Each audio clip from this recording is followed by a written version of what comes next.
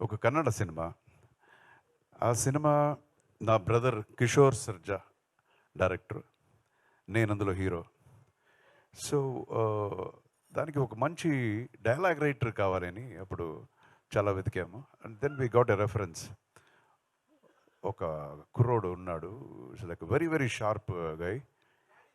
ఆయన తర్వాత ఆయన్ని పిలిపించాము. సో ఆయన వచ్చినంటే చూస్తే ఒక చిన్న మిథున్ చక్రవర్తిలా ఉన్నాడే ఈ కుర్రోడు అని అనుకున్నాము. సో అతనే మన ఉపేంద్ర గారు. సో అప్పుడే we discuss so much about dialogues, scenes అదంతా చాలా. So that was my first meeting with Upendra garu. And then కొన్ని రోజులు అయిన తర్వాత హీ బికెమ్ డైరెక్టర్. టైటిల్ ష్ అని ఒక టైటిల్. ష్ అని ఒక టైటిల్ చూడండి అది.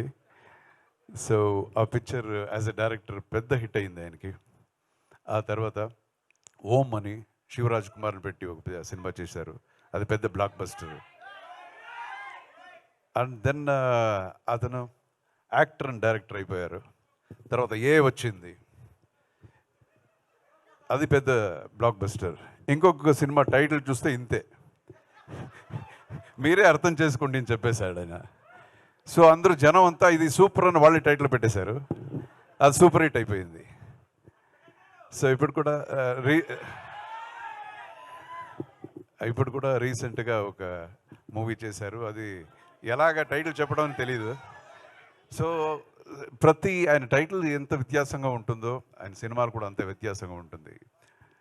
అండ్ ఓన్లీ పబ్లిక్కి మాత్రమే కాకుండా ఈవెన్ డైరెక్టర్స్, పెద్ద పెద్ద డైరెక్టర్స్ కూడా ఆయన fans. Cult movies. And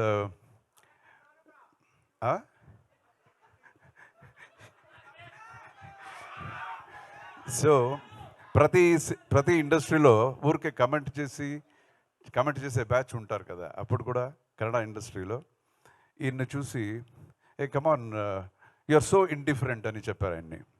so ఈయన మాత్రం సపరేట్గా నిలబడి యువర్ ఆల్ ద సేమ్ అన్నాడు.